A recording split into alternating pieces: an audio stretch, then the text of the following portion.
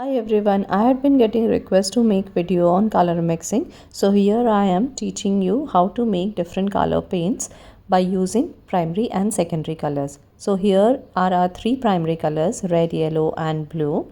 When you mix yellow and red, you get orange. That is the two primary colors. When you mix yellow and blue, you get a shade of green. Shades can be different depending on the amount of yellow or blue you have mixed. Now red and blue will give you purple. It looks black in the palette, but it is purple as I just showed you on the sheet. Now I'm taking white and mixing white in all the three primary and the secondary colors. When you mix white to any color, that gives you tint of that color.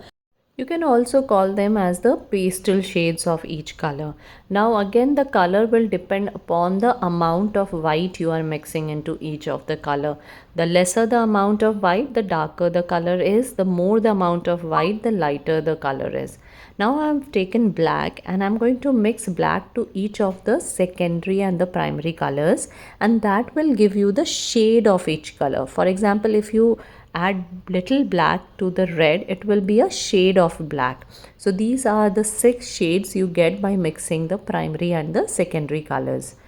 Remember to add a very little amount of black, otherwise black is very overpowering and it will make the entire color black. Here are the shades which I have got by mixing the black, and remember to add adequate amount of water into it. Let's make earthy shades of brown. When you mix one secondary and one primary color, you get different shades of brown. For example, when you mix blue and orange, you get little darker brown, and when you mix purple and yellow, you get a lighter brown. So these are the two shades that I have got by mixing one secondary and one primary color. Now when you add more yellow to the lighter brown, you get yellow ochre. Now by adding white to yellow ochre, you get beige and off-white color. If you add little white, then you get little beige color, and if you add more white, you get off-white color. So these are the shades, the neutral or the earthy tones you get by mixing one primary, one secondary and white color into it. Now we are going to make some unique color by mixing different colors in my palette. Here blue and green gives you emerald green. Here the quantity of green should be more than the blue. Now when you increase the quantity of blue in the emerald green, you will get turquoise. Add little white to the turquoise and you will get a cobalt teal color. The blue should be little bit more. Now to make aquamarine in green, you add cobalt teal and you get a nice aquamarine shade. Now let's move to olive green. In green, when you add a shade of brown, use a darker brown, you get olive green. If you use a lighter brown or yellow ochre, you will get a sap green. So the darkness can be different.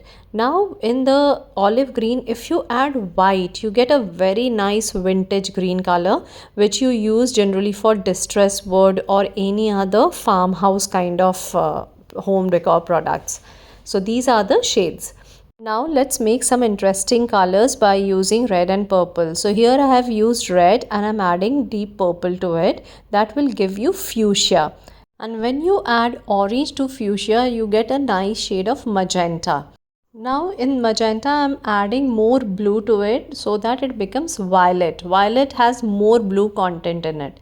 In violet, if you add more white, you get a nice lavender shade. And if you increase the quantity of white and pink, that will give you mauve. And in mauve, if you increase the quantity of blue, you will get a very nice periwinkle shade. So here by varying the quantity of red and blue, you get a very beautiful color palette. Let's make different colors using red. Here in red, I have added little bit of black and little blue and have got maroon color. Now in this shade, if I add little orange, I'll get a very bright vermilion red color, which is another shade of red.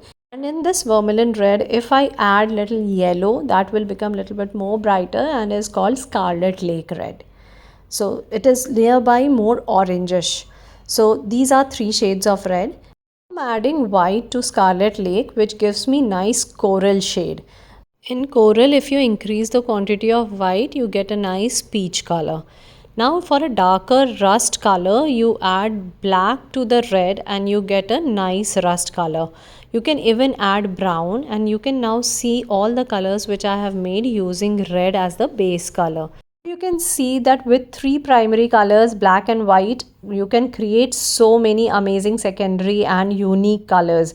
You just need to be a little bit more experimental. So go ahead, experiment and discover the joy of creating.